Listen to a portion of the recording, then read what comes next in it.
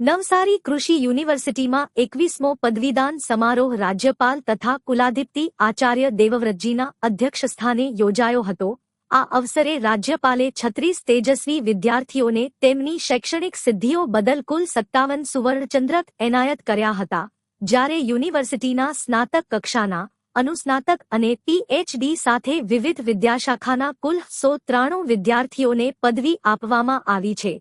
આ સમારોહ દરમિયાન શ્રેષ્ઠ શિક્ષક, શ્રેષ્ઠ સંશોધનકર્તા, શ્રેષ્ઠ વિસ્તરણ વૈજ્ઞાનિક, શ્રેષ્ઠ પુરુષ ખેડૂત અને શ્રેષ્ઠ મહિલા ખેડૂતનું પણ સન્માન કરવામાં આવ્યું છે।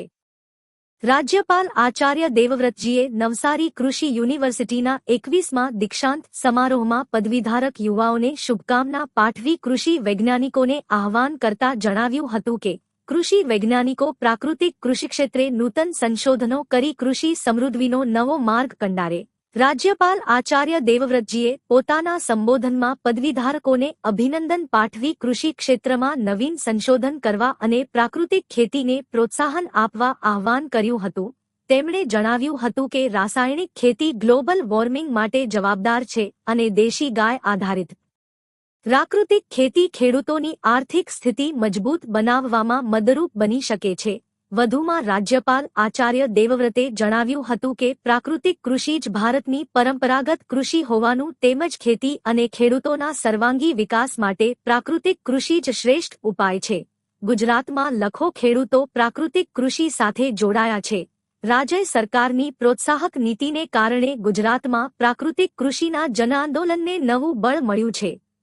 તેમણે આવનારી પેઢીને ઉપજાઉ જમીન વારસામાં આપવા, પાણીની બચત, પર્યાવરણની રક્ષા, રોગમુક્ત સ્વસ્થ જીવન અને ખેતી ખેડૂતના સર્વાંગી કલ્યાણ માટે પ્રાકૃતિક કૃષિ અપનાવવા અનુરોધ કર્યો છે।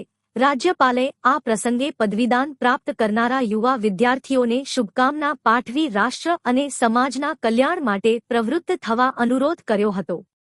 આ પ્રસંગે Maharashtra animal and fishery science યુનિવર્સિટીના કુલપતિ ડોક્ટર નીતિન પાટીલે દીક્ષાંત સંબોધનમાં પદવીધારકોને કૃષિ આધારિત સ્ટાર્ટઅપ શરૂ કરી નોકરીદાતા બનવા પ્રોત્સાહિત કર્યા હતા।